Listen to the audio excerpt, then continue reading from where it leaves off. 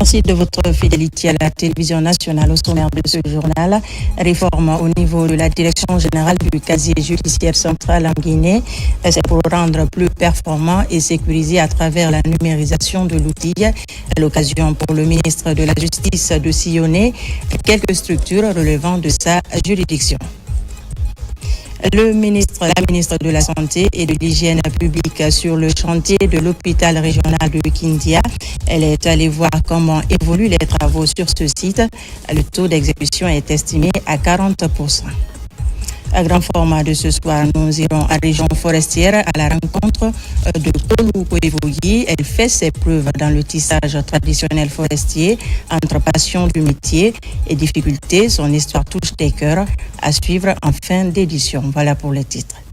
Bonsoir et vous êtes les bienvenus dans cette édition d'information que nous ouvrons par ce communiqué de la présidence de la République.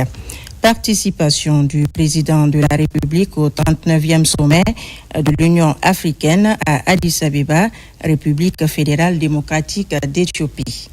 Dans un esprit panafricain, son Excellence M.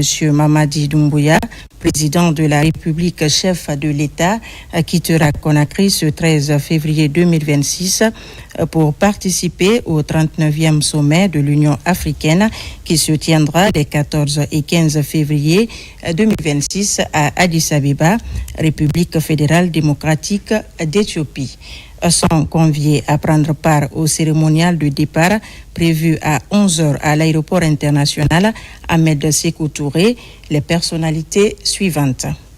Monsieur le Président du Conseil national de la transition CNT, Monsieur le Premier ministre, chef du gouvernement, Messieurs les présidents des institutions républicaines, Monsieur le ministre secrétaire général de la présidence, Monsieur le ministre directeur du cabinet de la présidence, Mesdames et Messieurs les membres du gouvernement, Monsieur le chef d'état-major général des armées, Monsieur le haut commandant de la gendarmerie nationale, directeur de la justice militaire, Messieurs les chefs des états-majors des armées de terre, de l'air et de mer, Mesdames et Messieurs les chefs des missions diplomatiques et consulaires ainsi que les représentants des organisations internationales, Messieurs les directeurs généraux de la police, de la douane et du corps des conservateurs de la nature, Madame la gouverneure de la ville de Conakry. Conakry le 13 février 2026, cabinet civil de la présidence de la République. Décret D-2026-0021 PRG SGG portant nomination au secrétariat généraux du gouvernement et des affaires religieuses. Le président de la République, vu la Constitution, vu la loi organique LO 2025-042 CNT du 27 décembre 2025, fixant la liste des fonctions civiles auxquelles le président de la République nomme. Vu la loi L 2018-025 AN du 3 juillet 2018 portant organisation générale de l'administration publique. Vu le décret D 2026-0005 PRG SGG du 26 janvier 2026 portant nomination de Premier ministre chef du gouvernement. Vu le décret D 2026-0006 PRG SGG du 26 janvier 2026 portant structure du gouvernement. Décrète. Article 1er. Les hauts cadres dont les prénoms et noms suivent sont nommés au secrétariat général du gouvernement et des affaires religieuses dans les fonctions ci-après. 1. Secrétaire générale adjointe du gouvernement, Madame Seregbe Keita, précédemment chef de projet d'appui au perfectionnement de l'administration publique. 2. Secrétaire général adjoint des affaires religieuses, Elhadj Ibrahima Ousmane Ba. Article 2. Le présent décret qui abroge toutes dispositions antérieures contraires prend effet à compter de la date de sa signature et sera enregistré et publié au journal officiel de la République. Conakry, le 12 février 2026, signé président Mamadi Doumbouya. Cet autre décret de 2026-0022 PRG-SGG portant attribution, organisation et fonctionnement de la présidence de la République. Le président de la République, vu la Constitution, vu la loi L 2018-025 AN du 3 juillet 2018 portant organisation générale de l'administration publique, décrète. Titre 1. Disposition générale. Article 1er. Le présent décret fixe les attributions, l'organisation et le fonctionnement de la présidence de la République. Article 2. La présidence comporte des services et structures qui ont pour mission d'appuyer le président de la présidence dans l'exécution de ses attributions constitutionnelles en assurant notamment le fonctionnement régulier des institutions, des pouvoirs publics et la continuité de l'État. Article 3. Les services de la présidence de la République comprennent un secrétariat général, un cabinet civil, un cabinet militaire, des organismes spécialisés, des services rattachés. Cette structure est complétée par l'aide de camp du président de la République. Titre 2. Le secrétariat général de la présidence de la République. Article 4. Placé sous l'autorité du président de la République, le secrétariat général de la présidence impulse et coordonne les activités des services de la présidence relevant de son autorité. Il est dirigé par un secrétaire général qui a rang de ministre et est nommé par décret. Le ministre secrétaire général de la présidence de la République est l'ordonnateur délégué du budget de la présidence de la République. Section 1. Attribution du ministre secrétaire général de la présidence de la République. Article 5. Le ministre secrétaire général de la présidence assure la coordination des décisions présidentielles avec les actions du gouvernement, des institutions républicaines et de l'ensemble de l'administration publique. Il assiste au Conseil interministériel et au Conseil des ministres. Le ministre secrétaire général assure la préparation des conseils des ministres en relation avec le ministre directeur du cabinet et le secrétaire général du gouvernement. Il assure la rédaction au terme de chaque conseil des ministres avec le secrétaire général du gouvernement d'un relevé de décision et d'un compte-rendu intégral des délibérations qui ne sont pas rendues publiques. Le ministre secrétaire général assiste le président de la République dans la formation des choix politiques et techniques correspondant à sa vision de la nation. Il assure le suivi des activités gouvernementales et parlementaires pour le président de la République. Le ministre secrétaire général assure la coordination entre la présidence et la primature. Il peut recevoir délégation de signature du président de la République sur des matières déterminées par celui-ci. Le ministre secrétaire général assure la préparation des correspondances du président de la République destinées aux institutions de la République, aux administrations et aux autorités étrangères. Il gère le courrier de la présidence et accomplit des missions particulières que le président de la République peut lui confier. Le ministre secrétaire général supervise les travaux des cellules techniques que le président de la République peut créer et dont les missions peuvent être la formulation des avis et recommandations politiques et techniques sur les choix stratégiques et toutes les questions que le président de la République voudra leur soumettre. Le suivi de l'implémentation des orientations du président de la République à travers des institutions publiques, la proposition de solutions et stratégies pour la réalisation des missions constitutionnelles du président de la République. Il assure les relations du président de la République avec les institutions de la République, les formations politiques, la société civile, les confessions religieuses. Le ministre secrétaire général a en outre pour mission de établir les décrets et ordonnances soumis à la signature du président de la République et en assurer le suivi pour la publication au journal officiel de la République. Représenter le président de la République à la demande de celui-ci lors d'événements officiels. Section 2. Organisation et fonctionnement du secrétariat général de la présidence. Article 6. Le secrétariat général de la présidence comprend des conseillers techniques, des chargés de mission, des attachés de cabinet, un secrétariat particulier, des services propres, des services rattachés. Article 7. Le secrétariat particulier, les conseillers techniques, les chargés de mission et les attachés de cabinet aident le ministre secrétaire général à accomplir les diverses missions à lui confiées. Les membres de ce personnel, excepté les conseillers techniques, sont nommés par arrêté du ministre secrétaire général de la présidence. Les conseillers techniques sont nommés par décret. Article 8. Le ministre secrétaire général dispose des services propres ci-après placés sous son autorité. La division des affaires financières, la division des ressources humaines, le secrétariat central. Article 9. La division des affaires financières DAF a pour mission de gérer les questions financières et budgétaires de la présidence, assurer la comptabilité publique de la présidence.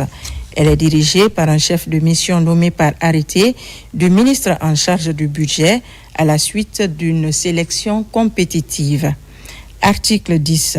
La division des ressources humaines DRH a pour mission de élaborer une politique de gestion du personnel et de développement des ressources humaines et en assurer l'implémentation à la présidence, concevoir et assurer le déploiement de l'assistance technique à la présidence. Elle est dirigée par un chef de division nommé par arrêté du ministre chargé de la fonction publique à la suite d'une sélection compétitive. Article 11. Le secrétariat central, qui a rang de division de l'administration générale, est chargé de l'enregistrement, de la distribution et de l'expédition du courrier des services de la présidence. Le chef de la division secrétariat central et ses collaborateurs sont nommés par arrêté du ministre secrétaire général de la présidence. Article 12. Les services rattachés au ministre secrétaire général comprennent la Direction nationale des archives, la Direction des garages du gouvernement. Article 13. La Direction nationale des archives est dirigée par un directeur nommé par décret sur proposition du ministre secrétaire général de la présidence. Article 14. La Direction des garages du gouvernement a pour mission l'attribution, l'entretien et la réparation de la flotte de véhicules destinés au transport des délégations officielles de l'État ainsi qu'aux missions officielles effectuées à l'intérieur du pays. La gestion administrative de la dite flotte, l'utilisation, l'évaluation et la formation du personnel affecté au garage du gouvernement.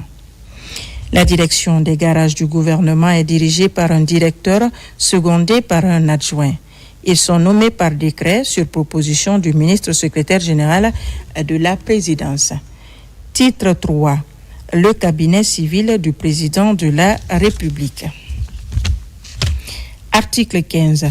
Placé sous l'autorité du président de la République, le cabinet civil impulse et coordonne les activités des services relevant de son autorité. Il est dirigé par un directeur de cabinet qui a rang de ministre et est nommé par décret. Le ministre directeur de cabinet assiste au conseil interministériel et au conseil des ministres et dispose d'un secrétariat particulier. Section 1. Mission du cabinet civil du président de la République. Article 16. Le cabinet civil du président de la République a notamment pour mission de préparer et organiser les déplacements du président de la République à l'intérieur du pays et à l'étranger. Assurer la communication de la couverture médiatique des activités du président de la République. Assurer l'information du président de la République. Assurer le suivi de la mise en œuvre des projets et programmes du président de la République. Représenter à sa demande le président de la République lors d'événements officiels. Organiser les contrats personnels du président de la République en collaboration avec le secrétariat particulier du président de la République. Superviser les activités de traduction du président de la République. Assurer la gestion et la bonne maintenance en collaboration avec l'intendant des installations et équipements de la présidence. Assurer toute autre mission à lui confiée par le président de la République. Section 2. Organisation et fonctionnement du cabinet civil du président de la République. Article 17. Le cabinet civil du président de la République pour accomplir ses missions comprend le directeur de cabinet, un conseiller principal, un conseiller spécial, un conseiller juridique, un conseiller diplomatique, des conseillers techniques, des chargés de mission, des attachés de cabinet, un secrétariat particulier, des services propres, des services rattachés. Article 18. Le secrétariat particulier, les conseillers techniques, les chargés de mission et les attachés de cabinet aident le ministre directeur de cabinet du président de la République à accomplir les diverses missions à lui confiées. Les membres de ce personnel, excepté les conseillers techniques, sont nommés par arrêté du ministre directeur de cabinet. Les conseillers techniques sont nommés par décret. Article 19. Les services propres du cabinet sont le service médical, le bureau de gestion du parc automobile de la présidence, la direction du protocole d'État, l'intendance générale de la présidence de la République, l'administration générale des palais, résidences, sites et pavillons présidentiels, palais des nations, palais du peuple, la cité des nations. Article 20. Le service médical est dirigé par un directeur, médecin-chef nommé par décret. Son organisation fait l'objet d'un arrêté du ministre directeur de cabinet. Article 21. Le service médical a pour mission de assurer une présence médicale constante autour du président de la République. Répondre aux besoins d'assistance médicale des travailleurs de la présidence lorsque ceux-ci sont en fonction. Assurer les soins médicaux de toute personne recommandée par le président de la République ou le ministre directeur de cabinet. Article 22. Le bureau de gestion du parc automobile de la présidence est dirigé par un chef de bureau qui a rang de chef de division de l'administration générale. Le chef de bureau est nommé par arrêté du ministre directeur de cabinet. Article 23. Le bureau de gestion du parc automobile de la présidence a pour mission l'attribution, l'entretien et la réparation des véhicules du parc automobile de la présidence, la gestion administrative des véhicules du dit parc, l'évaluation et la formation du personnel affecté au parc automobile de la présidence de la République. Article 24. La direction du protocole d'État est dirigée par un directeur du protocole d'État avec rang d'ambassadeur. Le directeur du protocole d'État est nommé par décret sur proposition du ministre directeur de cabinet après avis du ministre des Affaires étrangères. Il est assisté d'un directeur adjoint nommé dans les mêmes conditions que le directeur. Article 25. La direction du service du protocole d'État a pour mission de préparer et organiser les déplacements du président de la République et de son épouse à l'intérieur du pays et à l'étranger. Organiser en République de Guinée les visites des chefs d'État et des hautes personnalités invitées par le président de la République. Organiser les cérémonies de présentation des vœux, des remises de distinctions honorifiques et de remise des lettres de créance. Préparer les audiences du président de la République en collaboration avec le secrétariat particulier du président de la République. Organiser toute autre cérémonie et réceptions officielles auxquelles le président de la République prend part. Article 26. L'intendance est dirigée par un intendant général nommé par décret. L'organisation et le fonctionnement de l'intendance sont déterminés par arrêté du ministre secrétaire général de la présidence sur proposition du ministre directeur de cabinet après approbation du président de la République. L'intendant général de la présidence a pour mission de assurer les services privés du président de la République, collaborer avec la direction du service du protocole d'État, gérer directement le service d'intendance des résidences et palais présidentiels ainsi que leurs dépendances. À ce titre, il est chargé de l'entretien des locaux et la gestion des installations et du mobilier des palais et résidences présidentielles, l'approvisionnement des palais et résidences présidentielles en produits et matériels de subsistance, l'organisation matérielle de toutes les réceptions à la présidence, la gestion du parc automobile dédié au président de la République et à sa famille. Article 27. L'administration du Palais des Nations, l'administration du Palais du Peuple et l'administration de la Cité des Nations sont confiées pour chacune de ces entités à un administrateur qui a rang de chef de division de l'administration générale. Elles fonctionnent sur la base des subventions accordées par la présidence. Elles ont l'obligation de verser les éventuelles recettes qu'elles généreraient dans un compte séquestre ouvert à cet effet à la Banque centrale de la République de Guinée. Les administrateurs des structures précipitées ainsi que leur personnel sont nommés par arrêté du ministre directeur de cabinet de la présidence. Leurs personnels contractuels sont recrutés à la suite d'une sélection compétitive par les administrateurs après avis du ministre directeur de cabinet de la présidence. Le ministère de la fonction publique est associé à l'organisation de ces sélections. Elles ont une autonomie fonctionnelle. L'organisation et le mode de fonctionnement de l'administration du Palais des Nations, de l'administration du Palais du Peuple et de l'administration de la Cité des Nations sont déterminés par arrêté du ministre directeur de cabinet de la présidence. Article 28. Les services rattachés du cabinet civil sont les services spéciaux du Bureau central des transmissions et le Bureau des chiffres, le Centre de documentation de la présidence, la Direction de la communication et de l'information, le Service national des bourses extérieures SNAB. Article 29. Les services spéciaux, le Bureau central des transmissions et le Bureau des chiffres sont dirigés chacun par un coordonnateur nommé par décret.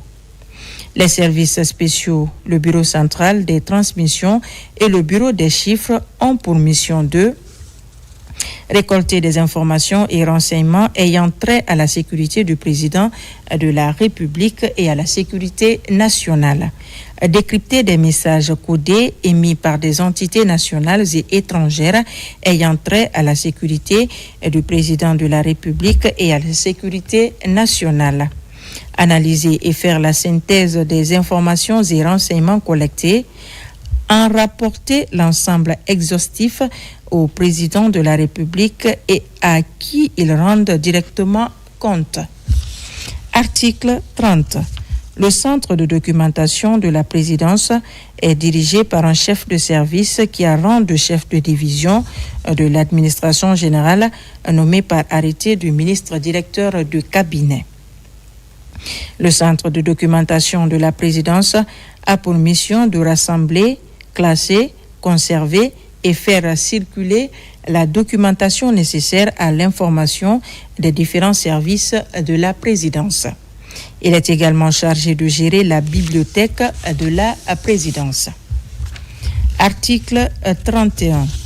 La direction de la communication et de l'information est placée sous l'autorité d'un directeur nommé par décret sur proposition du ministre directeur de cabinet. La direction de la communication et de l'information a pour mission définir et mettre en œuvre les stratégies et les actions de communication de la présidence sur toute plateforme médiatique pertinente. Assurer l'information du président de la République, organiser et suivre la couverture médiatique des activités du président de la République, recueillir et analyser les informations pertinentes publiées dans les médias locaux, nationaux et internationaux, organiser et gérer les relations de la présidence avec la presse écrite et audiovisuelle nationale, ainsi qu'avec les correspondants étrangers basés en République de Guinée et les médias internationaux, rédiger les messages et les communiqués de la présidence, préparer les messages et les argumentaires pour les communications du porte-parole de la présidence. Article 32. Le service national des bourses aux extérieurs SNAB est dirigé par un directeur nommé par décret. Le SNAB assure la gestion administrative des bourses aux extérieurs et les relations avec les étudiants guinéens bénéficiaires de ces bourses. Section 3. Des conseillers rattachés directement au président de la République. Article 33. Le président de la République, en plus des conseillers techniques, nomme un conseiller spécial, un conseiller juridique, un conseiller diplomatique et des conseillers placés directement sous son autorité. Titre 4. Le cabinet militaire de la présidence de la République. Article 34. L'état-major particulier du président de la République constitue le cabinet militaire. Il est dirigé par un chef d'état-major particulier assisté d'un adjoint qui le remplace de plein droit en cas d'absence ou d'empêchement.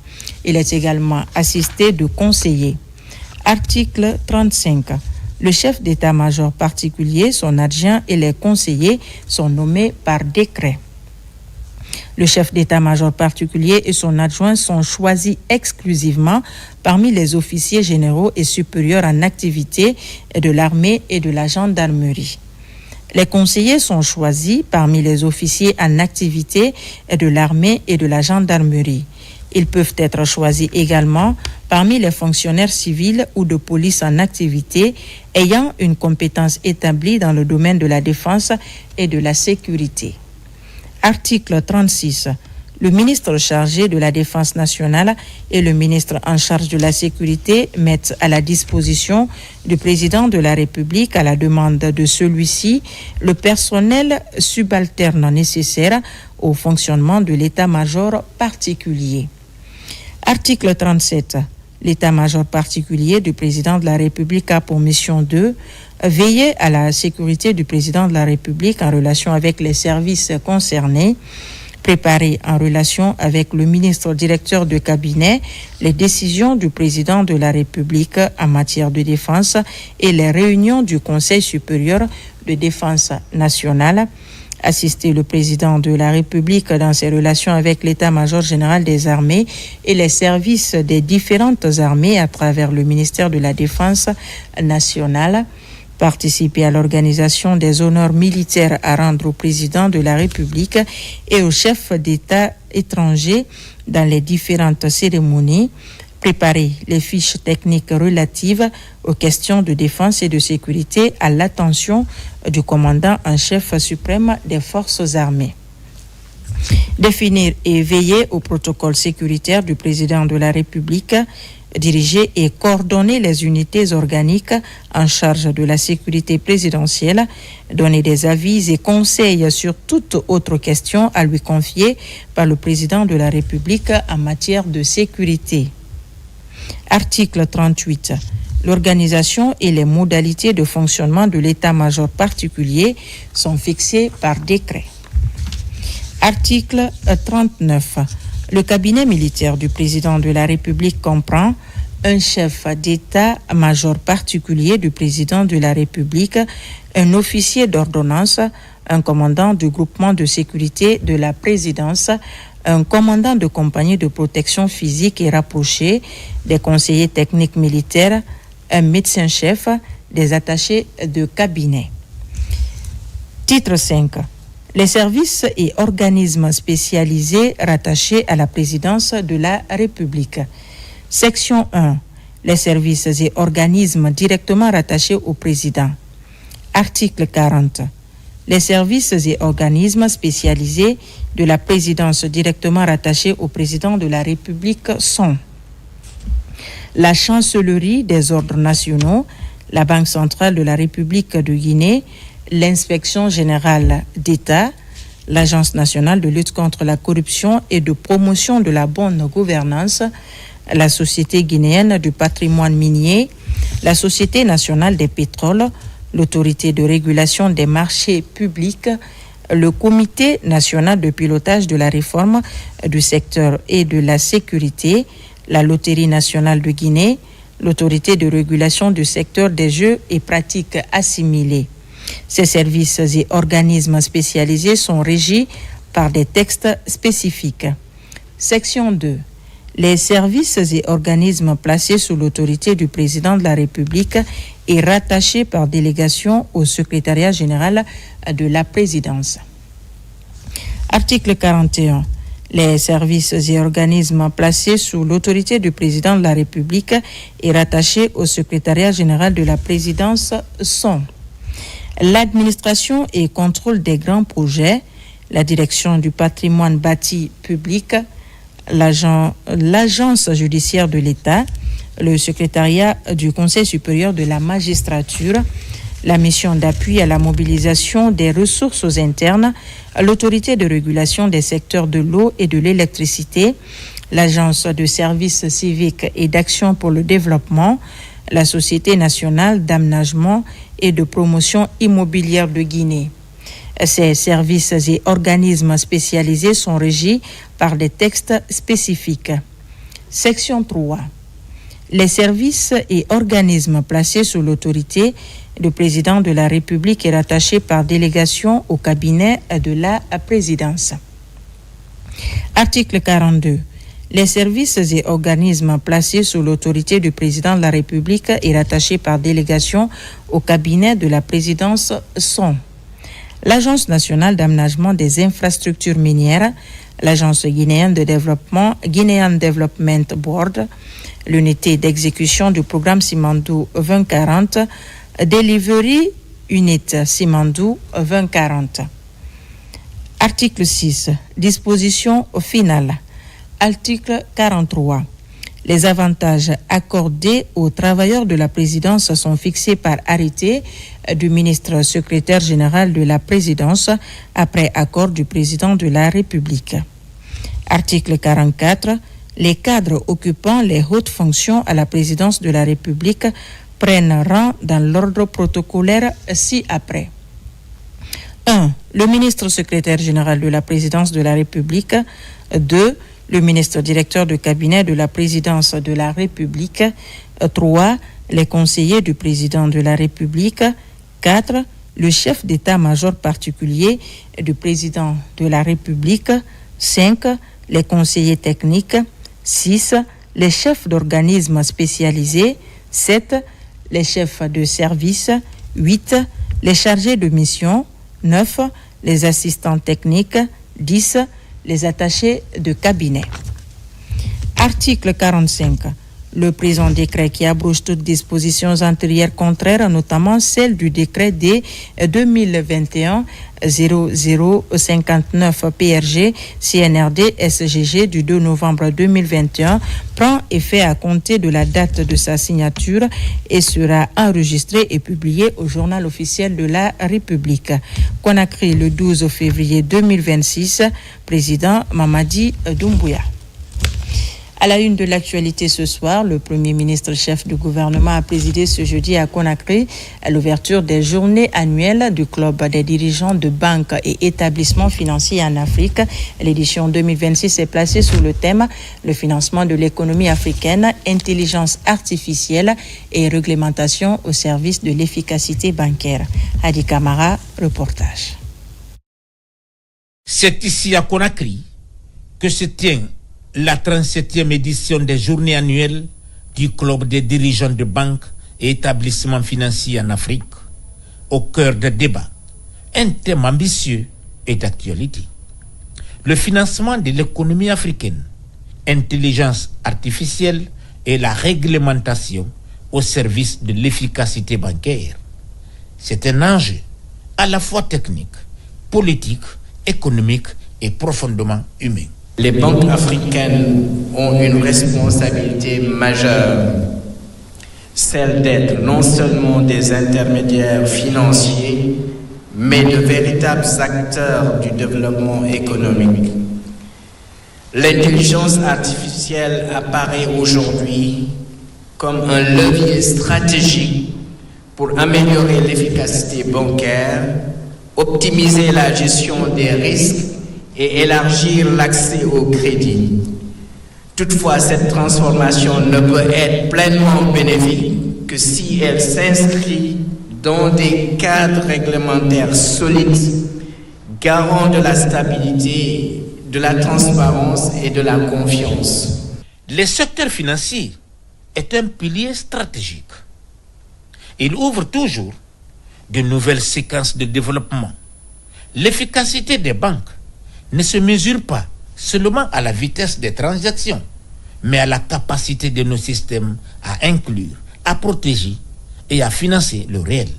Le réel, c'est le développement. Près de 45% de nos concitoyens demeurent au seuil du système bancaire. Étant donné que c'est la réflexion qui doit précéder les décisions et les actions, nous allons œuvrer avec le système bancaire et financier guinéen afin de proposer des solutions idoines au gouvernement guinéen et à l'État de Guinée pour que la démocratisation du système bancaire permette une inclusion plus renforcée de la population afin que le financement soit accessible à tous. Le Premier ministre chef du gouvernement rappelle ici la noblesse du thème choisi. Pour lui, il touche au cœur du pacte entre la finance et le développement. Nous voulons une économie diversifiée. Nous ne pouvons plus nous satisfaire de ce qui existait il y a 20 ans, 30 ans, où c'est simplement les besoins, disons, du financement courant des besoins de l'administration qui étaient la préoccupation essentielle. Aujourd'hui, nous devons investir dans les infrastructures, investir dans la connectivité, investir dans le développement du capital humain, en d'autres termes, investir de manière globale pour que le pays puisse s'adosser sur des fondamentaux permettant une économie en émergence de prospérité et de manière durable. Nous devons changer, nous devons réformer, nous devons prendre en compte les besoins d'acteurs majeurs au niveau de la population qui désertent le circuit formel au profit de l'informel. Notre pratique bancaire doit évoluer. La forte croissance de l'économie guinéenne a amené très rapidement à ce qu'on se retrouve avec un besoin de cash tel que le système bancaire en était affecté.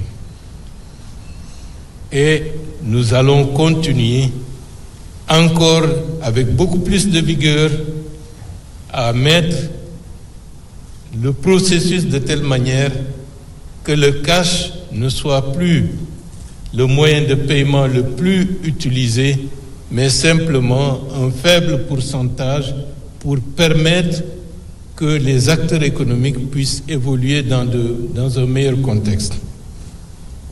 À cet effet, nous avons besoin du concours des banques. Nous avons besoin que les banques, elles aussi, accompagnent ce processus. C'est un discours qui trouve une traduction concrète dans les stratégies des établissements bancaires de l'Afrique. Donc, les travaux de la 37e édition vont marquer un nouveau paradigme bancaire africain et les partenariats esquissés dessineront des banques africaines de demain. Retour sur ce communiqué de la présidence de la République. Participation du président de la République au 39e sommet de l'Union africaine à Addis Abeba, République fédérale démocratique d'Éthiopie. Dans un esprit panafricain, son Excellence M. Mamadi Doumbouya, président de la République, chef de l'État, quittera Conakry ce 13 février 2026 pour participer au 39e sommet de l'Union africaine qui se tiendra les 14 et 15 février 2026 à Addis Abeba, République fédérale démocratique d'Éthiopie. Sont conviés à prendre part au cérémonial de départ prévu à 11h à l'aéroport Ahmed Sékou Touré les personnalités suivantes.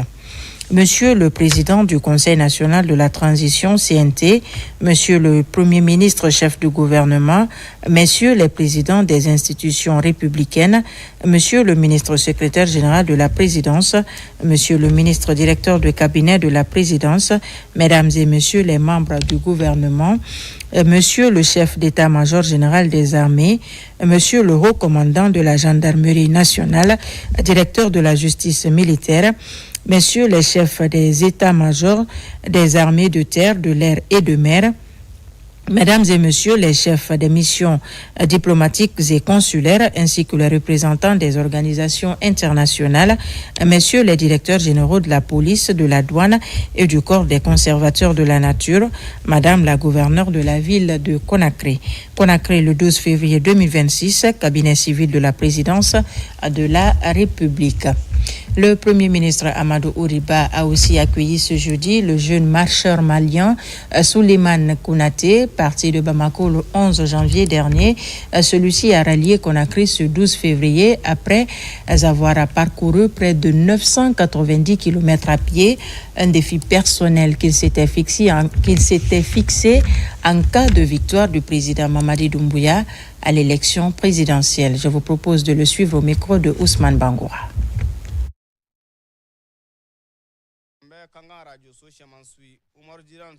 Après les élections du 28 décembre et que le président Mamadi a été élu, j'ai décidé personnellement de marcher. Partout où j'ai passé, mon cahier a été approuvé par les autorités locales. J'ai commencé ma marche le 11 janvier. De la manière dont j'ai été accueilli un peu partout en Guinée, surtout à Conakry ici, réceptionné par le Premier ministre chef du gouvernement, ça me va droit au cœur. Je remercie beaucoup le Premier ministre, je remercie le président de la République. J'invite tout le monde à accompagner le président Mamadi Doumbouya. Même si je mourais en cours de route, j'allais mourir avec satisfaction et fierté. À la maison centrale de Conakry, une fouille inopinée menée le 10 février dernier a révélé l'existence d'un système clandestin insoupçonné, drogue, téléphone, armes blanches, argent liquide, autant d'éléments laissant apparaître une organisation structurée opérant depuis l'intérieur même de l'établissement pénitentiaire. L'opération a déclenché interpellation, transfert et riposte judiciaire. Fatmata Kourouma, David Silla. Sur instruction du parquet général de Conakry, une fouille inopinée menée le mardi 10 février 2026 à la maison centrale de Conakry a permis la découverte d'un important réseau d'objets prohibés à l'intérieur de l'établissement pénitentiaire. Les forces de défense et de sécurité ont saisi du chanvre indien, du crack, du tramadol, du valium, plusieurs téléphones portables, des armes blanches, ainsi que de sommes d'argent en espèces. Selon les premières investigations, certains détenus coordonnent depuis leurs cellules diverses activités criminelles à l'extérieur, notamment des arnaques via de faux comptes sur les réseaux sociaux, des faits de harcèlement, des vols d'identité, du trafic de drogue et d'autres actions organisées en réseau. Par ailleurs, le sergent-chef garde pénitentiaire en service a été interpellé par le groupe d'intervention de la gendarmerie nationale GIGN. Il a été surpris en possession d'un sac contenant une somme importante d'argent, des substances psychotropes, notamment du chanvre indien et du crack, ainsi que plusieurs téléphones portables et divers objets prohibés. On a pris ça avec toi, donc. On a pris avec toi ou pas? Pardonnez-moi, pardon. À cet effet, le haut commandement de la gendarmerie nationale à travers la Direction centrale des investigations judiciaires, a présenté le prévenu ce mercredi 11 février 2026. Les premiers éléments de l'enquête mettent en lumière une complicité de certains agents pénitentiaires. C'est notre complicité des gardes. Les investigations se poursuivent afin d'identifier l'ensemble des ramifications internes comme externes. Au-delà des interpellations déjà effectuées, c'est toute la chaîne de responsabilité qui est désormais passée au crible. Pour les autorités, l'objectif est clair: assainir durablement le milieu carcéral, restaurer la crédibilité de l'administration pénitentiaire et garantir que les établissements de détention ne puissent plus servir de base arrière à des activités criminelles, mais plutôt la facilitation d'une réinsertion sociale des détenus. Les autorités restent fermes sur la poursuite de ces opérations dans tous les centres pénitentiaires du pays afin de garantir la sécurité de la population. Justice, réforme au niveau de la direction générale du casier judiciaire central en Guinée. La démarche vise à rendre fiable et sécurisé à travers la numérisation de l'outil. À la rencontre de Kindia, il a été question de rendre plus performant le service au bénéfice des citoyens.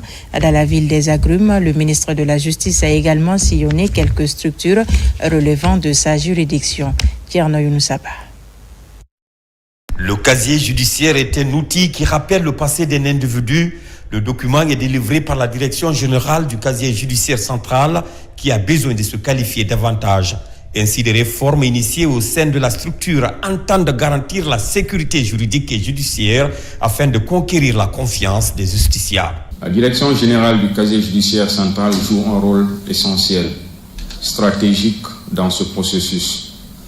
Elle contribue directement à la sécurité juridique, à la crédibilité de l'État et à la confiance des citoyens en l'administration de la justice. À ce titre, son organisation et son fonctionnement doivent répondre aux standards les plus élevés de professionnalisme, de transparence et d'efficacité. Les échanges portent sur le fonctionnement des établissements publics et PA et au manuel de procédure relatif à l'exécution des budgets. Cette démarche vise à assurer la transparence de la gestion des ressources, un renforcement des compétences du personnel qui entend répondre au service public. La direction générale du casier judiciaire central est engagée dans une dynamique de réforme et de transformation profonde. Le passage au statut d'établissement public administratif constitue une avancée majeure qui ouvre de nouvelles perspectives en matière d'autonomie de gestion, de performance et de responsabilisation. À Kindia, le calendrier du garde des Sceaux est chargé. Ibrahima Souri de Tunkara veut aller vite. Au tribunal, il plaide en faveur de la diligence des affaires. À la prison, il a émis le souhait de contribuer à l'amélioration des conditions carcérales avant de continuer son périple sur le palais de justice en chantier depuis des années. À toutes ces étapes, il promet une réponse adéquate. Le président de la République est un visionnaire. Il veut de grandes choses pour ce pays. Il veut la modernisation de l'administration. Et cela passe par des établissements pénitentiaires dignes de nom. Donc, c'est pourquoi dans les jours qui vont venir, on va s'atteler à tout ça. Donc, nous, on n'a plus droit à l'erreur. C'est pourquoi, dès maintenant, on a retroussé les manches pour venir sur le terrain, faire le constat et voilà, revenir acquis de droit pour pouvoir mettre en œuvre notre feuille de route qui contient nos différentes missions. Partout, le garde des Sceaux a exprimé la volonté de travailler au service de la justice. Pour y arriver, il sollicite la synergie d'action en vue d'obtenir des résultats au bénéfice du service public de la justice. Cap sur Banjul, la capitale gambienne, c'est parti pour la 6e session ordinaire du conseil d'administration de la conférence des postes des États de l'Afrique de l'Ouest. 12 États membres prennent part à cette rencontre stratégique autour des enjeux majeurs de modernisation du secteur postal. C'est le directeur général de la Poste qui se trouve à la tête de la délégation guinéenne. Envoyé spécial, Marie-Angélique Bangora. Du 9 au 12 février, Banjul, la capitale gambienne, a abrité la 6e session de la conférence des postes des États de l'Afrique de l'Ouest, CPAO. Durant 3 jours, opérateurs postaux et régulateurs de la sous-région ont échangé autour d'un même objectif, celui de renforcer la coopération et moderniser le service postal face aux défis du numérique. La Guinée a activement participé à cette session ordinaire du conseil d'administration, d'autant plus stratégique qu'elle marque la fin du mandat de l'actuel secrétaire exécutif et l'ouverture d'un nouveau processus de candidature au sein de la CPAO. À l'expiration du délai imparti pour le dépôt des candidatures, 3 dossiers ont été reçus et dûment enregistrés par le secrétariat exécutif, puis transmis au président du conseil d'administration pour suite à donner.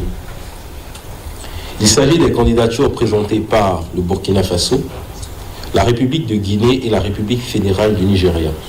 À l'issue des travaux de la dite commission et au terme d'un examen approfondi des dossiers au regard des critères établis, une seule candidature a été déclarée recevable, à savoir celle présentée par la République de Guinée.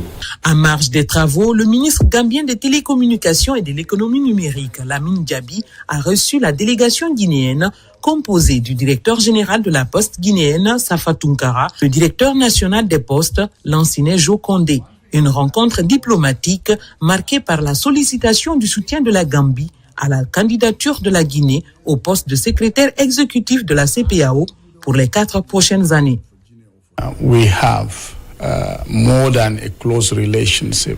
Au regard du lien d'amitié et de fraternité de nos deux pays et la bonne collaboration de nos 2 chefs d'État, mais également l'engagement de la Guinée, nous confirmons notre soutien à la candidature de la République de Guinée, qui est d'ailleurs bien positionnée. La Guinée est représentée par une forte délégation avec notre candidat pour venir défendre la politique postale de la République de Guinée. Mais aussi au nom du ministre Mourana Souma, s'assurer que notre candidat a toutes les chances de son côté.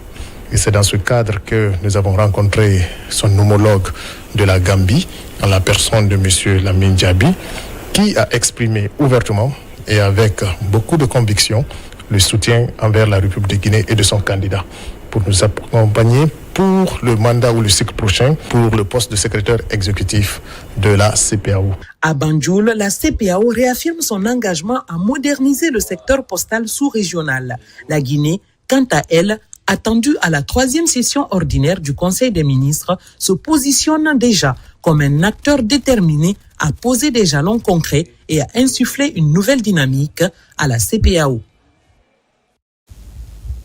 On reste dans la capitale gambienne Banjul qui accueille la 8e session du congrès de l'AIPS Afrique. 4 jours ont permis à la capitale gambienne d'être le carrefour du journalisme sportif africain. Médias numériques, intelligence artificielle et éthique professionnelle sont au cœur des échanges. Kadiatou Traoré, envoyé spécial. Banjul, la capitale gambienne, a abrité le 8e congrès de l'Association de la presse sportive africaine du 6 au 9 février dernier au centre de conférence Sir Daouda Kairaba Diawara. Pendant 4 jours, journalistes, dirigeants sportifs et décideurs venus de toute l'Afrique ont échangé sur l'avenir du métier. Des panels, ateliers pratiques et sessions de formation ont meublé les travaux. Le journalisme sportif doit se repenser, le journalisme sportif doit s'interroger, le journalisme sportif doit se mettre dans la dynamique de son nouvel environnement pour pouvoir évoluer au risque d'être désuet et de passer à côté et puis demain de voir surgir d'autres professions qui risqueraient de battre en brèche le journalisme sportif. Cette année, le thème choisi est médias numériques, intelligence artificielle et journalisme éthique en Afrique. La démarche est d'amener la presse sportive africaine à s'adapter aux nouvelles technologies tout en protégeant la crédibilité de l'information. Je crois que quand même c'était très instructif, c'était très intéressant parce qu'on a mis des journalistes pour parler de notre profession, c'est important. Aujourd'hui, on n'a pas trouvé l'antidote contre les fake news et voilà qu'arrive l'intelligence artificielle. Ça, on en a parlé, qu'est-ce qu'il faut faire? Parce que nous avons un métier où il faut toujours se remettre en cause. Ce n'est pas parce que je suis sorti d'une très grande université qui est le plus important. Même l'expérience de 10 ans, 20 ans, 30 ans, 40 ans, vous avez toujours besoin de vous remettre en cause. L'Afrique aussi, c'est un continent jeune, il faut former davantage de jeunes. Pour l'AIPS Afrique, l'avenir du sport africain passe aussi par une presse forte, crédible et moderne. À travers cette rencontre de Banjul, les participants espèrent repartir avec des outils concrets pour mieux informer et raconter le sport africain à l'heure du numérique. Dans le cadre du Mining Indaba, la CGP a fait une immersion ce jeudi au sein du groupe Zutari afin de promouvoir le programme Simandou 2040. Cette rencontre stratégique vise à explorer les opportunités de collaboration technique avec Zutari, acteur international de référence en ingénierie et infrastructure. Compte rendu Omar Barish, Fernand Goum.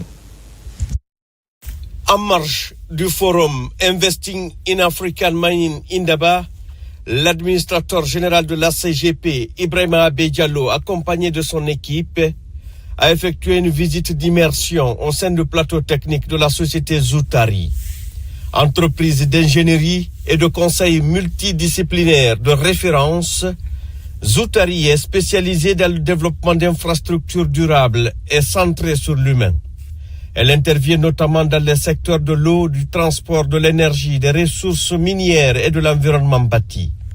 Cette rencontre stratégique avait pour objectif de présenter le programme Simandou 2040 et ses 5 piliers structurants. À travers cette démarche, la CGP entend ouvrir la voie à une collaboration technique avec Zutari en vue d'accompagner la mise en œuvre des projets d'infrastructures durables en Guinée. Cette ambition s'inscrit pleinement dans la vision volontariste de son Excellence, Monsieur le Président de la République Mamadi Doumbouya, pour une Guinée émergente, moderne et interconnectée. Profitant de cette visite guidée, Ibrahima Abé Diallo a également présenté les missions de la CGP ainsi que les projets actuellement en cours d'exécution sous son portefeuille. Il a particulièrement insisté sur l'importance du réseautage et du développement de partenariats techniques et stratégiques solides. Selon lui, l'atteinte des objectifs fixés et la réussite des projets structurants passent nécessairement par la mobilisation d'expertise de haut niveau et par la coopération avec des acteurs expérimentés. Une équipe de jeunes cadres est d'ailleurs en immersion depuis quelques semaines chez Zutari afin d'analyser les outils et les standards du plateau technique de cette société dans le but d'en tirer parti pour la mise en place du plateau technique de la CGP en République de Guinée. Avec notre partenaire Zutari, c'est une histoire qui a commencé il y a à peu près 1 an dans le cadre de la mise en œuvre du programme Simandou 2040. Il nous a été demandé dans la composante 3, le pilier 3, infrastructure, technologie, d'initier aujourd'hui des études sur les autoroutes de la Guinée et les nouvelles corniches de la Guinée. Il nous a été demandé de rêver la Guinée de demain. Et dans ce cadre-là, nous avons noué un partenariat avec ECPCS pour nous accompagner à structurer les projets des corridors sud, des corridors nord, des nouvelles corniches nord et sud de Conakry. Donc un total ensemble de plus de 2000 km d'infrastructures de transport. Donc dans ce cadre-là, nous avons aussi inclut la composante Simandou Academy. Quand je parle de Simandou Academy, je parle du processus de transfert de compétences. Quand vous mettez en œuvre des projets de 2000 km d'autoroute qui est du jamais vu en Guinée, il est aussi important de s'assurer que dans ce process, qu'on puisse tirer les compétences locales, qu'on puisse renforcer nos capacités. Donc c'est dans ce cadre-là qu'on est venu aujourd'hui pour faire le point avec nos équipes qui sont en immersion ici. Parce que la nouveauté dans le pilotage de ces projets, c'est que nos équipes font partie intégrante. Avant, on confiait ces projets aux consultants, aux cabinets internationaux, à eux seuls. Maintenant, ce qu'on dit, on change de paradigme. Dans les équipes qui font ces études de ces cabinets de renommée internationale, nous insérons nos équipes avec ces consultants. Ils travaillent ensemble, ils font le design ensemble, ils mettent les solutions en œuvre ensemble. Cela a 2 impacts. Le premier impact, c'est que dans un moyen terme, on pourra aussi, en Guinée, faire ces études de bout en bout. Le deuxième impact, c'est qu'on bâtit aussi une capacité locale. Et quand on parle de capacité locale, c'est qu'aujourd'hui, on est en train de renforcer notre ingénierie qui va nous permettre de mener des études et de mettre en œuvre des projets dans le respect strict de la triptyque coût, qualité et délai, conformément à la vision du président de la République, Mamadi Doumbouya. Nous attendons à ce que ces équipes qui sont venues soient en mesure de pouvoir reproduire le même modèle, voire l'améliorer et pouvoir produire une ingénierie locale de qualité. De leur côté, les responsables de Zoutari ont exprimé leur intérêt pour l'établissement d'un partenariat concret avec la CGP et se disent disposés à mettre leur savoir-faire au service des ambitions portées par le programme Simandou 2040, notamment dans le domaine des infrastructures durables. Il y a un certain nombre d'études importantes que la CGP a confiées au groupement CPCS Zoutari qui concernent des études. Mais dans cet objectif de faire des études, il y a aussi un objectif de renforcement des capacités des cadres de la CGP. Et nous avions défini cette immersion-là pour accompagner les agents de la CGP à acquérir un certain nombre de compétences. Et pour cela, il y avait un certain nombre d'actions. Travailler déjà ensemble dans le cadre de ces études-là pour qu'ils soient associés pleinement à ce qui doit être effectué, pour qu'ils s'approprient les outils, les méthodes et la façon de travailler pour réaliser par eux-mêmes plus tard ces études-là. Le deuxième outil pour parvenir à cet objectif, c'est les envoyer en immersion et les intégrer dans une équipe projet pour qu'ils voient au quotidien comment ça se fait pour atteindre les standards internationaux pour ce type de projet. Et donc c'est dans ce cadre-là qu'ils sont partis 2 semaines dans une immersion complète dans un plateau technique en Afrique du Sud. Au-delà de cette immersion, chez Zoutari, la mission guinéenne à l'Investing in African Mining Indaba a été marquée par une série de rencontres stratégiques avec des partenaires de premier plan.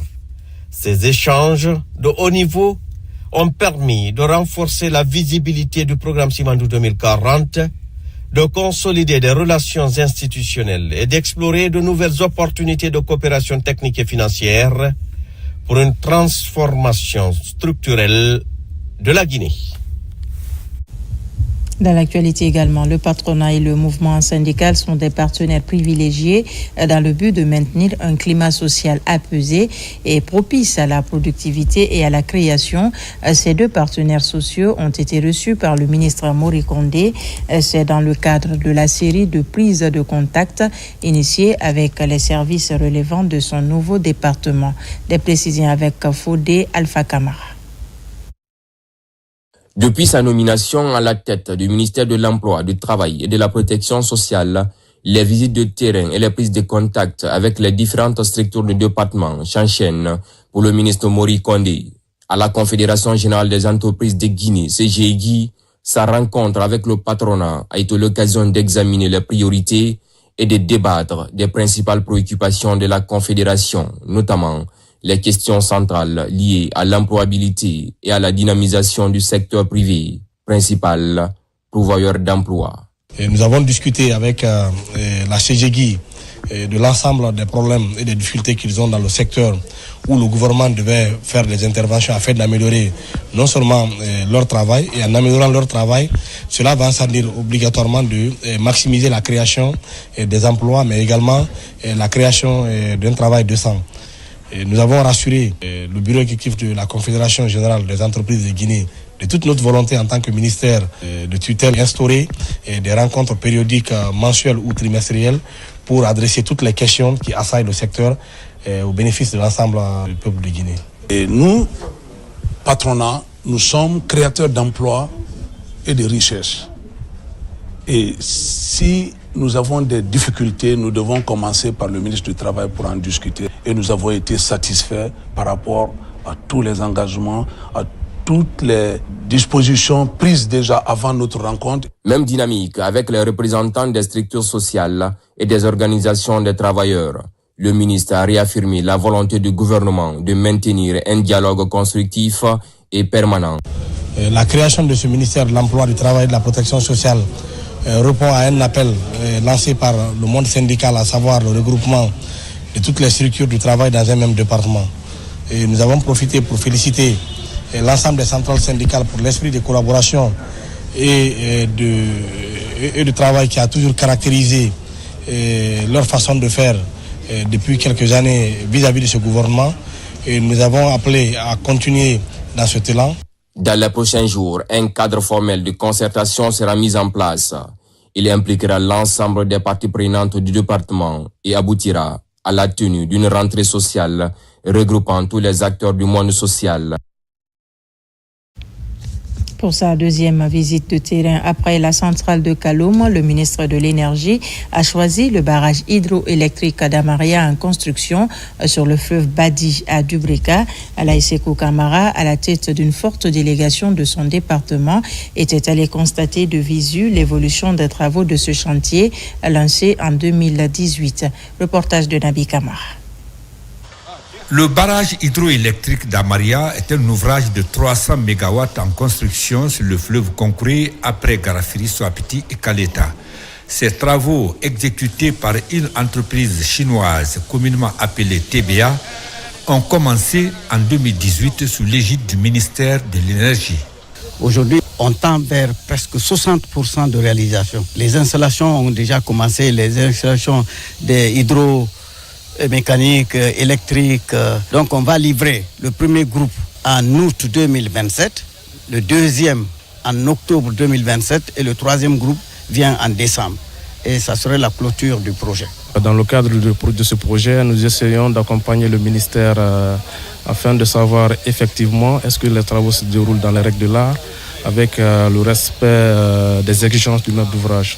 Donc pour le moment, nous sommes satisfaits de ce qui s'est fait sur le terrain. De l'autre côté, nous essayons aussi de voir est-ce que la population qui a été impactée, est-ce qu'ils sont relocalisés dans les meilleures conditions. Pour le moment, il n'y a pas de problème.